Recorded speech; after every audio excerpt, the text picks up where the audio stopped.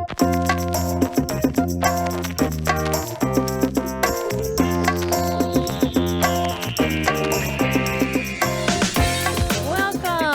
to the Glitter Boom Girls Show.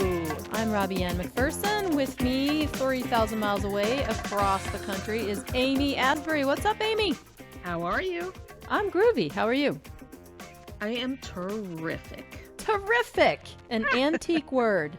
Right. Let's bring it back. We're bringing it back. We're bringing it back. That and marvelous. Mm-hmm. Marvelous, darling. So let's jump right into it today. Today's nostalgia topic, because that's what we're all about, nostalgia. Just two female authors who like to, shoot the shit about days gone by. Yeah, reminiscing. We want to get into the after-school reruns on TV of yore. So yes, I'm a child of the 70s. Amy's a child of the 80s. So we got a lot to cover. First, I just want to paint a picture for people. See, when we do these podcasts, Amy and I can see each other on video. And Amy's background is this lovely, green office with a pink chair. And it's really cute. Yeah, it's like some rich lady's house. And my background is the Gilligan's Hut from Gilligan's Island. How dare you shame me? All right, I'm going to get Jeannie's bottle. You just wait there.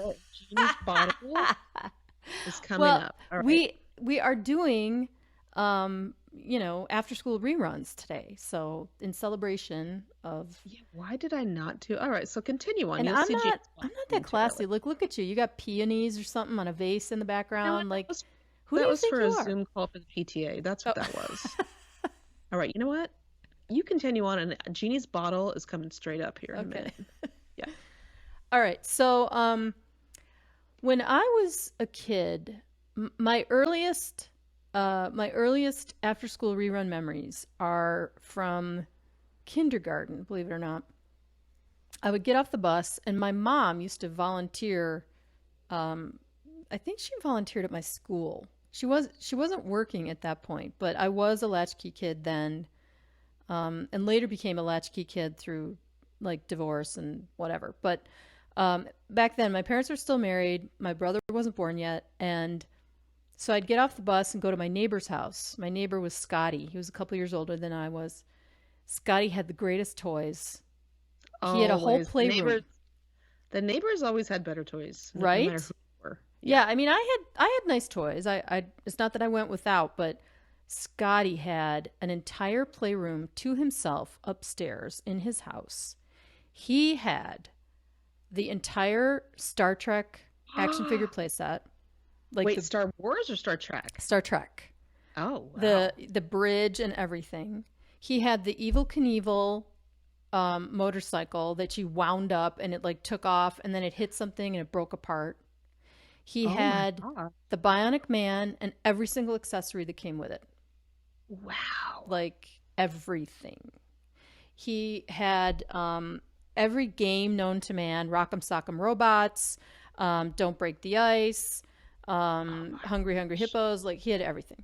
So anyway, I would go to Scotty's house, I'd get off the bus and walk across the field, and his mom, she would give us each a little lunch bag pack of Fritos and a glass of Pepsi, and we would sit on the floor in the living room, and they had one of those big cabinet TVs, and we would watch The Courtship of Eddie's Father with Bill Bixby, and then we'd watch The Rifleman. And Green Acres was in there somewhere. So I think it was, right. If I remember correctly, I think it was Green Acres and then The Courtship of Eddie's Father. Or wait, no, I'm sorry. It was The Courtship of Eddie's Father, Family Affair, and then The Rifleman. You know how I feel about Family Affair. Yeah, I know, right? And to this day, when I eat, and it's not very often I eat it for obvious reasons, but when I eat Fritos and drink an ice cold Pepsi, like I'm right back there, right back there. Fritos. Because Wow.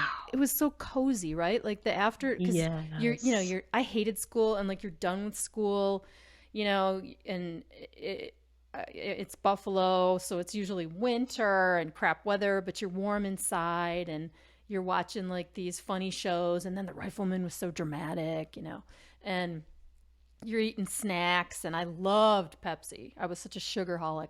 So, and then Scotty and I would be playing with stuff, and I loved him. He was a great guy.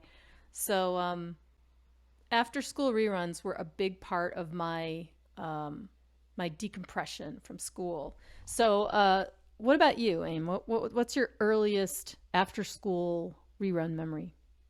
I went straight to an orange beanbag. It was very sweaty, and some cereal, and straight to, well, you know what?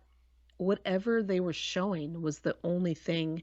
We had 3 channels. Mm-hmm. So I was at the mercy of whatever was in syndication. And this was And in the Valley, right? San Fernando Valley? in San Fernando Valley. Okay. I started watching after school in 79, I think. 78, 79. So basically whatever they showed, any show that had a kid on it, I would just watch.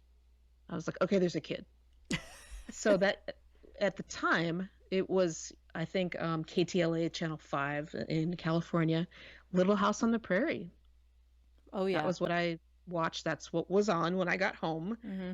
So at first I thought, this looks dirty and dusty, and this looks like cowboys. And I was like, fuck this. I don't really want to watch this. But shit always happened.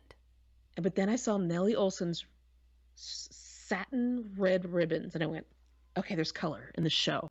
And somebody was wearing lavender, I think Mrs. Beadle, and I went, okay, I can watch this. You know what I mean? So who on that show did you really identify with? I mean, identify? Yeah. I mean, I think we all identified with Half Pint.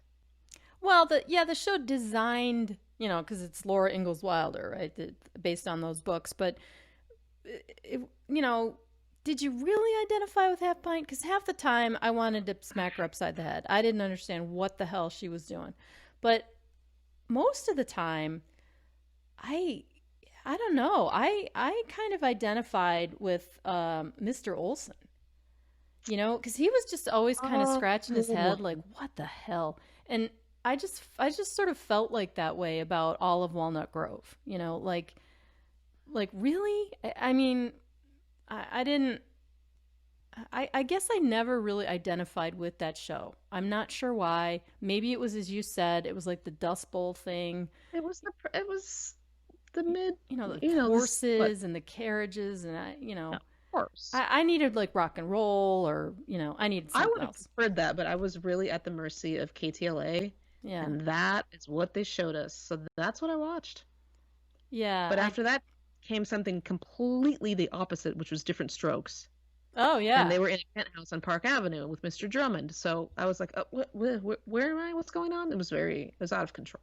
Yeah. Now that show, that was an interesting show. Like if you watch it now, you can't even believe it made the air. The world don't move to the beat just one drum. What might be right for you may not be right for some. Man is born. I could do the whole thing. Yeah, but it's so, like, nowadays, I mean, you think about the premise, and it's so unbelievably like tone deaf and racist. So bad. Like what? Like it's so scandaloso that a white man would adopt these 2 black boys. Like what?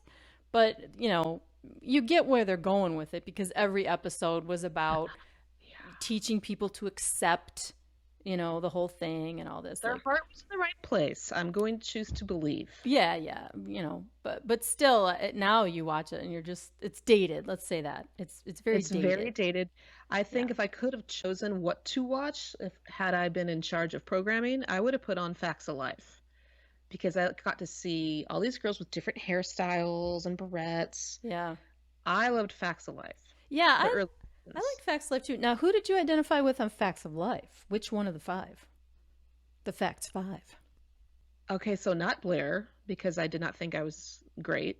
Joe was too angry for my liking. Natalie, I'm going to say Tootie? I don't know. I do know that in later seasons when they had that delicious store, Head Over Heels, Mm. where they sold stickers and erasers and paper moon stationery and like mime masks. After the I failure of the really, candy store I and the really bakery and burned like down on everything it. else, I the really wanted to restaurant. work at that store. Like Mrs. Garrett, just give it up. Edna Garrett had problems. Well, that store came in and they all had mullets, and I wanted to work at that store. It Um, was delightful. yeah, I loved that show. And I thought that was a great show for young girls because the the premise of it was a lot of the shows were about doing the right thing. You know, a lot of shows ended with somebody eating crow, which was a big theme in the 70s and 80s. Like everybody ate crow at some point.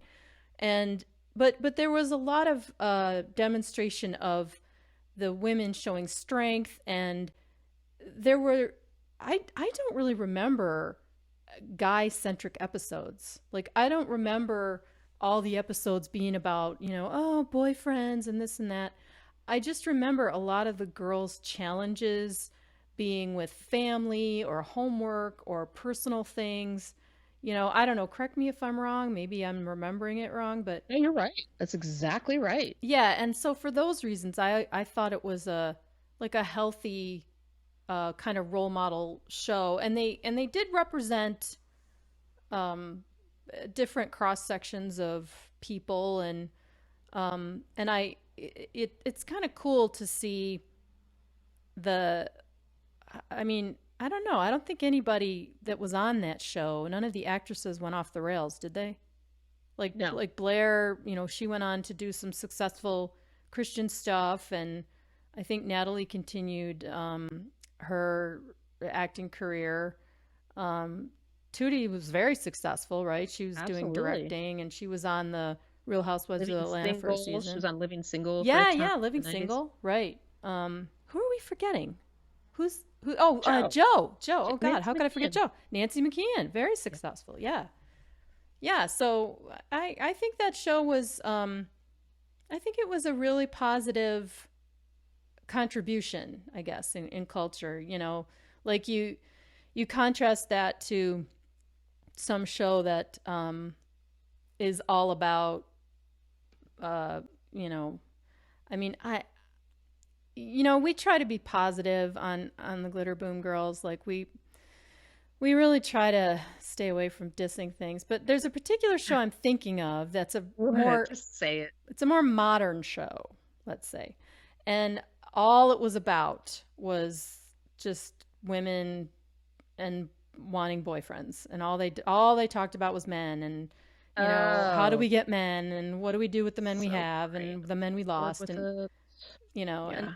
and I don't want to bring up the name because I don't want to diss anybody because it was a quality show, but um I thought that the fact that the facts of life was never about that was really cool for young women of my age. And also, since I never had a date, I related. I How totally could you related. never have a date? I just Never don't had a date. My get it. first date was my senior prom. And then how did that happen? Did the person ask you or Yeah, his name okay, is Marty, and he was Marty? he was the shout out. Hey Marty, he was literally like the cutest boy in class, and he asked me to the prom, and I was so shocked. I right up until the prom, I don't know if he knows this actually, but right up until the prom, I thought it that I was like going to get a bucket of pig's blood dumped on me. Like I didn't think it was real. I really didn't, because it was so weird that he asked me. But we had a nice time, and it wasn't a love connection, but I was so nervous, and I don't think I was very good company. I don't know. I was Oh, awkward and weird, and I that's wore this short black dress, and everyone else looked like little Bo Peep, and I don't know. I just as oh, usual, I didn't do it right. I'm proud of you for going to your senior prom. I never even went to mine. Stop. I'd never been to any dances or anything You? like. Why? I just was in a whole different scene. I was on the Sunset Strip. I was doing my own things. I was probably at some bar somewhere. I don't know. So you went the wild child route. Yes. Like I was home watching, TV, drinking tea and stuff, and you were like partying with like heavy metal Yeah, guys. pretty much. Yeah. And look at here we are both, doing a podcast, like Here we the are. circle of life.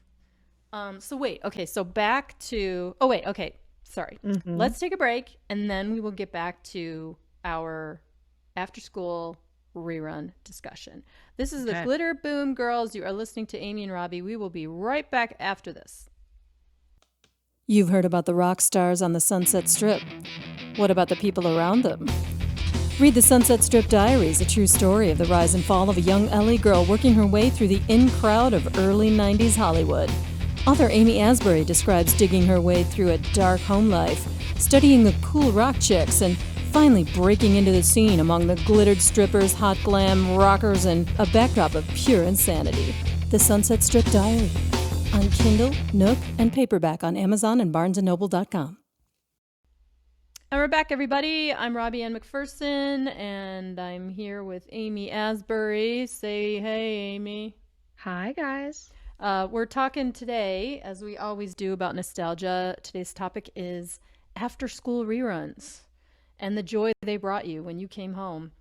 I'm the child of the 70s. Amy's the child of the 80s. So, so far, we've covered some real vintage stuff. Courtship of Eddie's Father, The Rifleman, Little House on the Prairie. I want to get into some special works here. I want to get into the black and whites. I want to talk about the Oh, Munsters. I want to talk about the okay. Addams Family. I want to talk about the first season of Bewitched. Okay. All black and Okay. whites. Yes. Yes. Um, how do you feel about black and whites? Cozy or what? Boring? How do you feel? At first, it's jarring, and I think I cannot do this.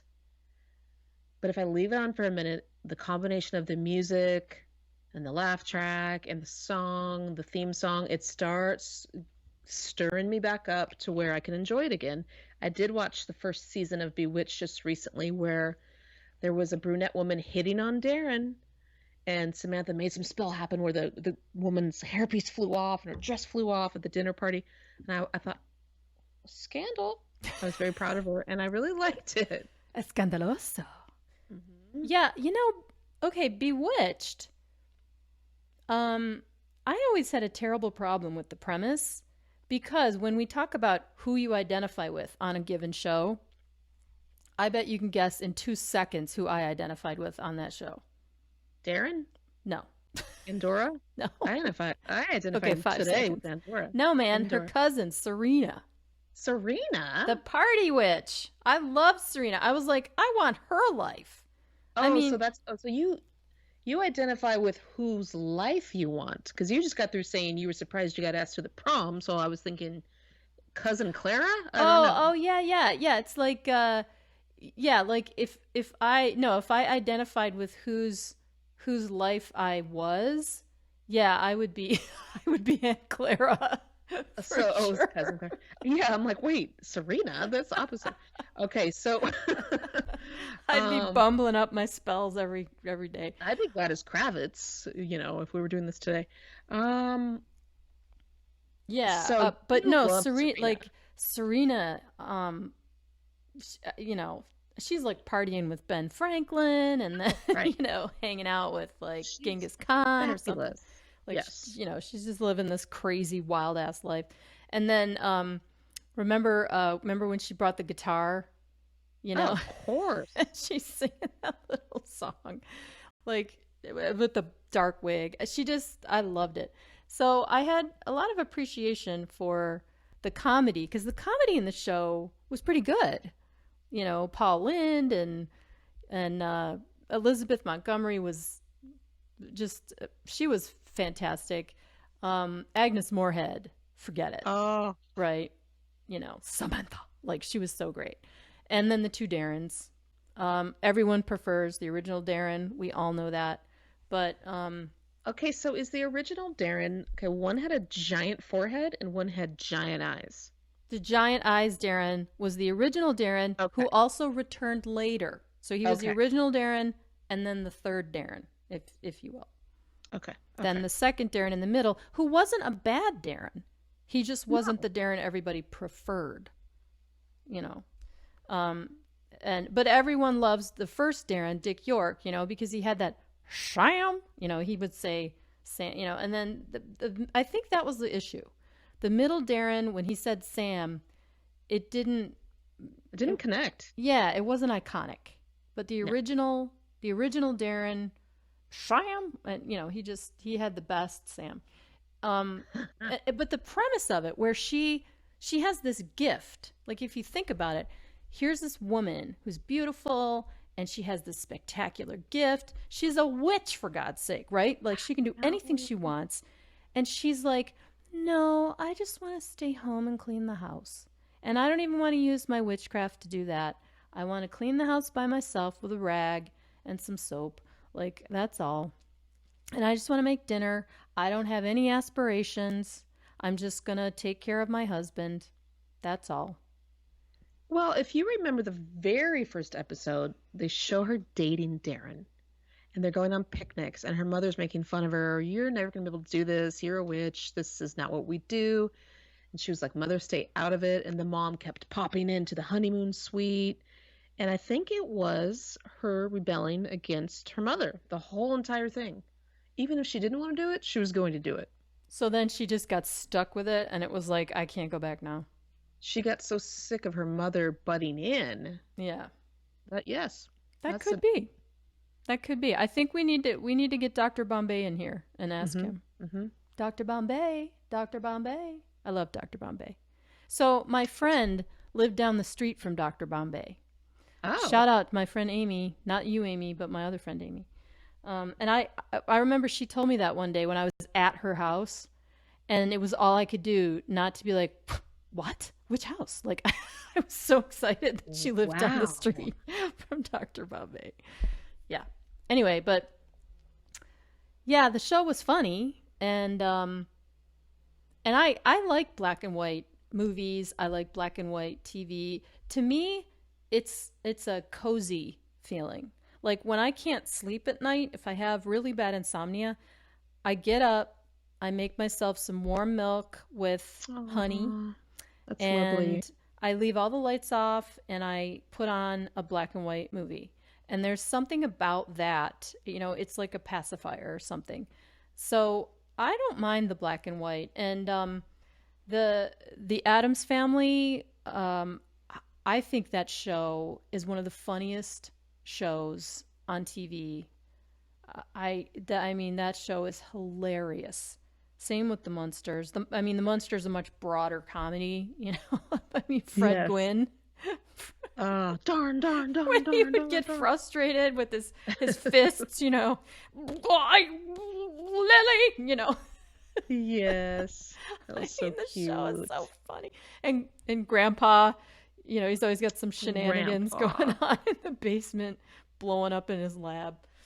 Like, it's just hilarious show. It was. I loved them. Yeah. And what better antidote? Like, I grew up in Buffalo. I know you grew up in a warm climate, but I grew up in a freezing tundra. So I would come home, and no matter what childhood home I lived in, because we moved a few times, there was always a long driveway I had to walk down in sub-zero weather. So I would get in the door, freezing, with like icicles hanging off my nose, and I would bundle up in a blanket with like a stack of Oreos and some hot chocolate and watch like 4 hours of television. So, wow. Whatever the stack of reruns was, which was usually something like this: Brady Bunch, of course, Bewitched, and then you flip channels, Three's Company, Family Ties, something like that.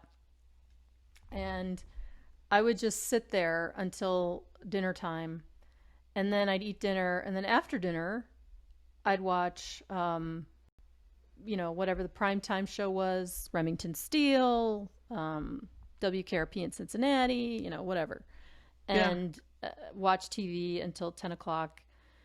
And if there was nothing on prime time that I wanted to see, I would go upstairs and listen to records.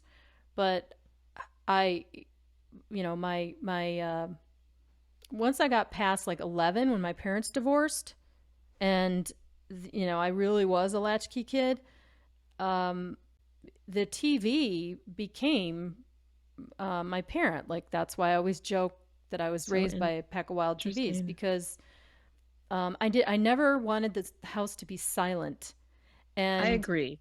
yeah, right? Like, Well, you you were a feel like it's latchkey your kid too, weren't friends. you? I was not until I was a teenager.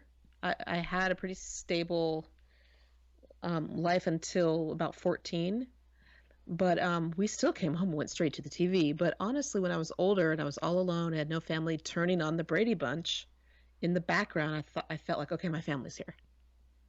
Yeah. So psychologically, it just helped having those people, because again, I feel like your brain thinks they're your family sometimes.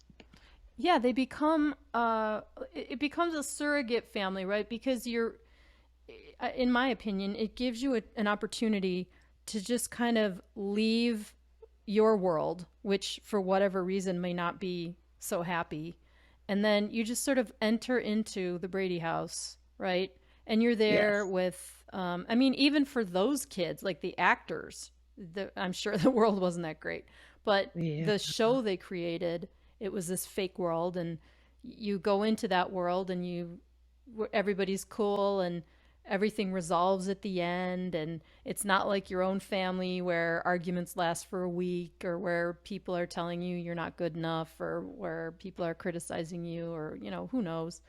And it becomes a respite, I guess is the word, right? And Yes. I agree, it definitely can feel like your own family. And music did the same thing. Like, when um, anybody that knows me at all knows I'm a huge, huge Styx fanatic. And my Styx records they were like my family too. I would just barricade myself in my room and play my Styx records all night long, because the music is so positive, and the message was very positive, like, believe in yourself and it's going to be okay, and stuff like that. And I loved the music. So I think I found the same thing in all those reruns. And maybe that's why. You know what? I just had what they call in therapy a moment of clarity. Okay. I'm going to send you a copay. Maybe Okay. that's why I didn't really like um, Little House on the Prairie, because that was not a safe, happy place. Anything could happen. Your house could burn down. I Yeah. mean, It was like yeah. locusts, and, people died, and carpetbaggers, and all this awful stuff happened. And That's why I preferred Family Affair, where I was in Uncle Bill's Park Avenue apartment. Yes. yes, oh, Family And Affair. Let's talk about Family Like, Affair. Mr. French was there, and I would just, that was comforting. There's a doorman. No one could just come in. Right? In my head, I'm like, there's the doorman. Mr. French will answer the door, and Uncle Bill is there if anything happens. So I felt safe with Family Affair. Yeah, and even though the premise of the show was kind of sad, right? Sad.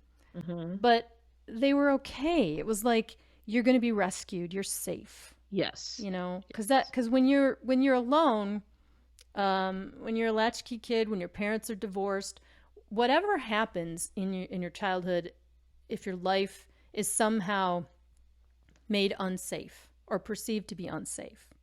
I mean, I wasn't literally unsafe, but the foundation's ripped away from you. Your parents split Mhm. up. Like, it's so traumatic when you're a little kid, and Certainly. you watch this show where something bad happened to these little kids, but they're safe.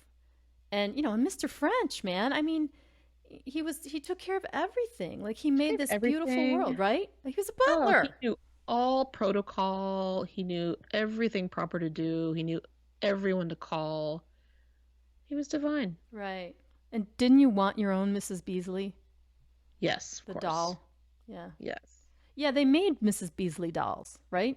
Yes. Yeah, I think I was a little too young. Like I think I just missed the Mrs. Beasley doll, or maybe I was the tail end of the Mrs. Beasley doll production by the time I was old enough to even want a Mrs. Beasley doll. Yeah, I Um, think it actually the show ended in about 71. So maybe yeah, that was an old show.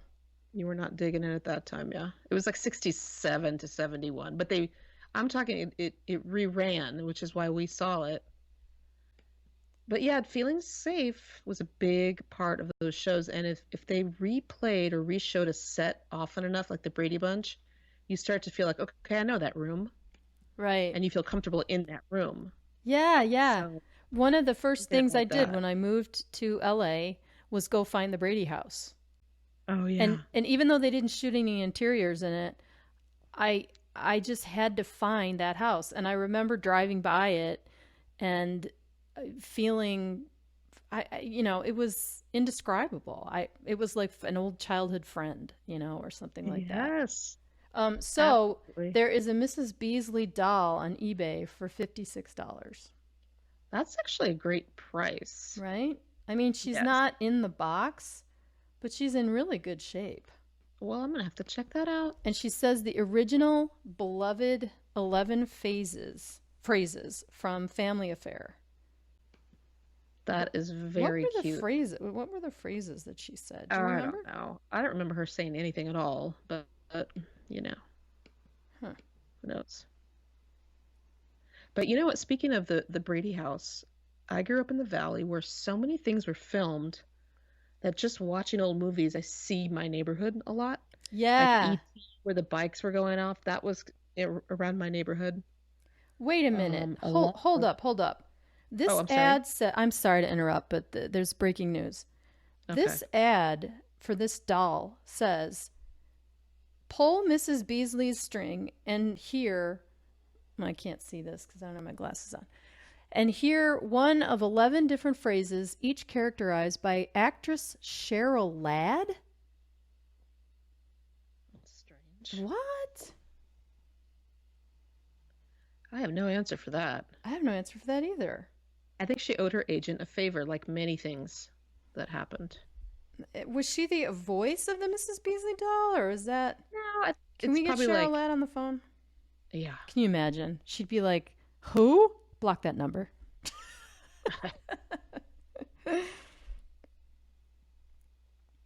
Mrs. Beasley doll featuring the voice of Cheryl Ladd. What? Who was the voice of Mrs. Beasley? It's Cheryl Ladd. Huh. Isn't that crazy? It is. I don't know. We have to research that. We'll look into that. We'll get back to you guys about that, or we'll tweet it, because I mean, this is shocking. This is an incredible development right now. This is breaking news. I'm shocked. Are you shocked? Oh, you froze, Amy. I froze. Oh yeah, Okay, you here I am. froze. Oh, you changed your background to Dynasty. The Carringtons Yes, are behind you. I've got a few. So are you looking at me right now? Oh yeah, so Amy's scrolling through her backgrounds, her Dynasty. You know what? It's interesting. Alice, Alice is in the Brady kitchen. Um, Dynasty. I guess you can't really put a soap on a rerun like that because they're sequential, so No. you can't really do that. But you, oh, you know what? We haven't covered though. We haven't covered the Jeffersons. We haven't covered, because the Jeffersons is another good one. That one, my gosh, I I think, watched that a lot. yeah, me too. Oh my God, me too. I, for God's sake, I think I've seen every Jeffersons episode 25 times. And that was another funny show because Sherman Hemsley was hilarious. And so was Flo. Um, oh my God, her name just flew out of Marla my head. Gibbs. Oh, Marla Gibbs, thank you very much. Yeah, they were. That was really good writing, really funny show. I don't know, I think that show could pass today, because the comedy was written in a certain way, you know. I think so. It was well done. It was well done. Yeah, yeah. What about Sanford and Son? Could they do Sanford and Son today? I never watched it. Oh, I no, don't know. that was Tell a me what funny you show. think. I liked that show. Red Fox was a very, very talented and funny comedian, and the show, his interactions with the characters were just stellar. You know, he was such a cranky old man, right? And the humor, it was super funny, super funny. I don't know if they could do that again though today. You know, with the themes and with the sensitivities that people have now. I don't know if that show could pass. Or like Chico and the Man, Oh, there's a lot that are. Ooh, yeah. right? Yeah. I mean, there was this whole slew, All in the Family, like in the 70s. There was this whole slew of shows that were just like pushing that envelope, right? And they were doing it on Maude, purpose. Yeah, Maude, right? Yes. Yes. Spin-off of All in the Family.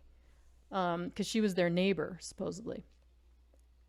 Yeah. So wait, the Jeffersons and Maude both spun off of All in the Family. The Jeffersons did? Yeah, the Jeffersons were their neighbor. Yeah. I can't remember. I thought the Jeffersons were from something else. Well, you would know better than I. No, the Jeffersons, because that was a big joke. Like with, the Jeffersons moved in next to Archie, and of course Archie had an issue with that. And right. yeah, and then they involved the Jeffersons were recurring characters for a while, and that was the original Lionel. They had, because it was like the Darrens. There were two Lionels, and they got a different Lionel by the time the Jeffersons got their own show. Who, no offense to the first Lionel, but in my opinion, the second Lionel was better.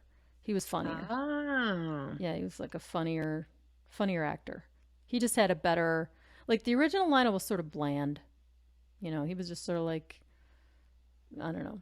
But the second Lionel he just had better comedic timing, I think, maybe.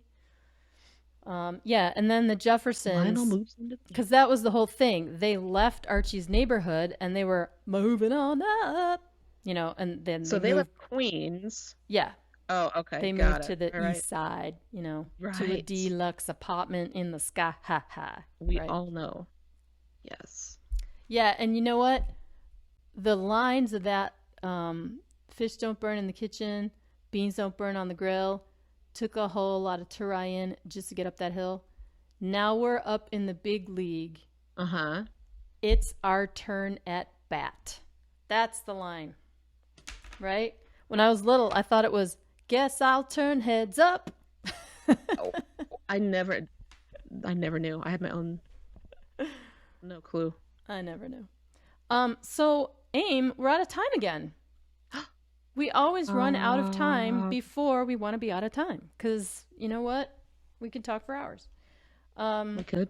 But we want to thank everybody. Thank you for listening. Thanks for hanging with us. Thank you. Yeah. Yes. Don't we love our listeners? Don't we love hanging out with these people? We so do. We so do. Yeah, because they get us. Do. Yeah, and we get them. Yeah, you're cutting out, Aim. So I don't know if you'll be able to join me in our goodbyes, but we want to thank everybody. I'm Robbie Ann Mcpherson. I am an author. I wrote a novel called Taking Liberty. It's available on Amazon and Barnes & Noble and Kindle. And Amy Asbury is also an author of several fantastic books.